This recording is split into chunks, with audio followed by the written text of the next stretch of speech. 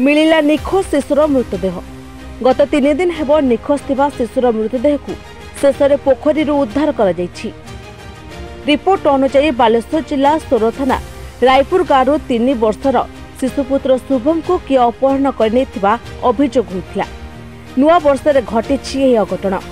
शुभम रायपुर गाँव मोहन साहू पुओ। अभियोग होता जे गतकाली शुभम और 7 वर्षर भौणी घर बाहर खेलुथिले। किछि समय पर भौणी घर को पलाई जाइथिबा बेले शुभम एकुटिया बाहर खेलुथिला।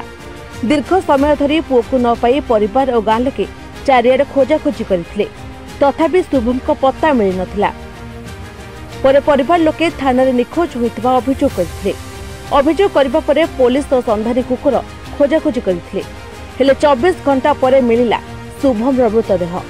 तेबे परिवार लोके हत्या अभियोग आणुथिबा बेले पुलिस हत्यार असावधानता हेतु मृत्यु होइछि तार तदंत जारी रखिछि।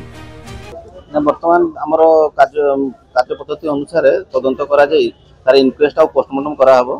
इनक्वेस्ट पोस्टमार्टम करा सरला पर परवर्ती कार्यपंथा निर्धारित करा जिवो। उद्धार समय रे पर मुंडर क्षेत्र थिला सेटार कारण संपर्क रे पोस्टमार्टम ही आपन विस्तृत भाव रे जणाई परिबो। एबे सर आपन कोन मो अनुभव सारे नो आपन पोस्टमार्टम रिपोर्ट रे जहा बाहरिबो सेटा ही फाइनल आपन ओपिनियन करिवो। प्रथम तो तदंत चालू रही तेणुक कौन ओपिनियन देवा युक्त नुह। घर लोक जहाँ अभियोग करेंगे सब दिगरू आम प्रमाणित करने चेष्टा करूँ। अभियोग को गुरुतर सहित नबू। Bureau report NNS Odia.